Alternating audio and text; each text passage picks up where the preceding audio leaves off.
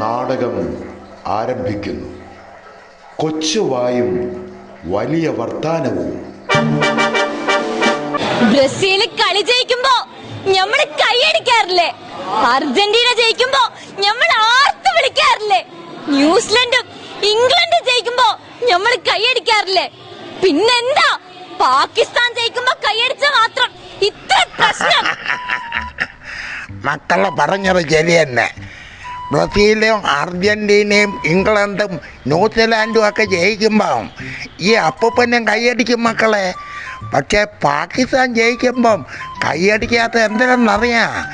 നിനക്ക് ഈ നാടകത്തിന് 1ാം സമ്മാനം തന്നില്ലേ, അവൻ്റെ തന്തയല്ല മക്കളെ, ഈ അപ്പൂപ്പൻ്റെ തന്ത. അറിയാ?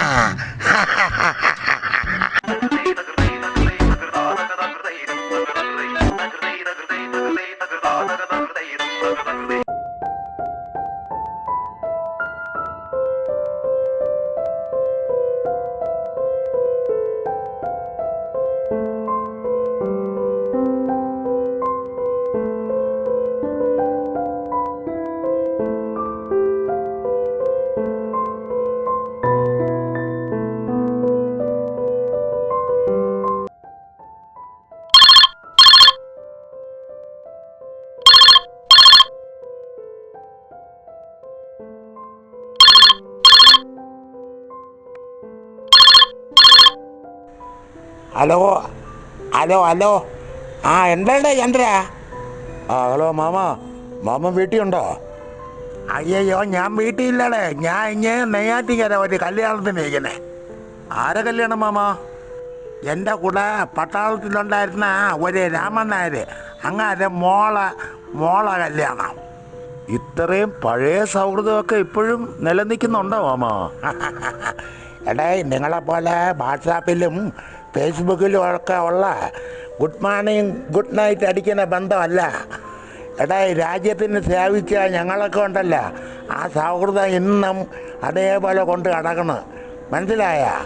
ശങ്കർ സിമൻറ്റ് പോലെയാണ് ഞങ്ങളെ ബന്ധങ്ങൾ. മനസ്സിലായ? അയ്യോ, അതെന്ത് ബന്ധം മാമ? എടേ, തകർക്കാൻ പറ്റാത്ത വിശ്വാസം. ചെറുക്കനും പെണ്ണും ഒക്കെ വന്നോ മാമ? ഇല്ലടേ, ഞാൻ നോക്കിയിട്ട് ഇവിടെ ആരെയും കാണാനില്ല. ചെറുക്കനും പെണ്ണുമൊക്കെ റോട്ടിൽ കൂടെ നടക്കണ, കടപ്പുറത്തൂടെയൊക്കെ പോണൊക്കെ കാണണം. അത്രേ ഉള്ളൂ. ഞാൻ വെറുതെ വിളിച്ചോ മാമൻ രാവിലെ ഈ നാടകത്തിന് 1ാം സമ്മാനം കിട്ടിയതിനെ കുറിച്ച് എന്തൊക്കെ പറഞ്ഞെന്ന് കേട്ടു. അയ്യയ്യ, ഞാൻ പിള്ളേരൊന്നും പറഞ്ഞില്ലടാ. അതിൽ മാർക്കിട്ടവനെ കുറിച്ച് പറഞ്ഞെന്നേ ഉള്ളൂ. അതായത് വേറൊന്നുമല്ല, കൊച്ചു വായിൽ വലിയ വർത്തമാനം പറയിപ്പിക്കുകയാണ്. കുട്ടി കുരങ്ങിനെ കൊണ്ട് ചൂട് ചോറ് വാരിപ്പിക്കണമെന്ന് പറഞ്ഞില്ലേ, അതാണ് ഇവിടെ നടന്നിരിക്കുന്നത്. പാകിസ്ഥാൻ ജയിക്കുമ്പം കൈയടിക്കാത്തത് അവന് കുരുവെട്ടിപ്പോയി. ഇന്ത്യയും പാകിസ്ഥാനും കൂടെ കളിക്കുമ്പം ഇന്ത്യ തോക്കുമ്പം പടക്കം പൊട്ടിച്ച് ആഘോഷിക്കുന്ന പരീക്ഷകളാണ് തെണ്ടി പരീക്ഷകൾ. അവൻ്റെയൊക്കെ മുഖത്ത് നോക്കി ഞാൻ വീണ്ടും പറയുകടാ, നിൻ്റെ തന്ത അല്ലടാ എൻ്റെ തന്ത. നീ വച്ചിട്ട് പോടാ ചന്ദ്ര, കല്യാണത്തിന് സമയമാവണ്.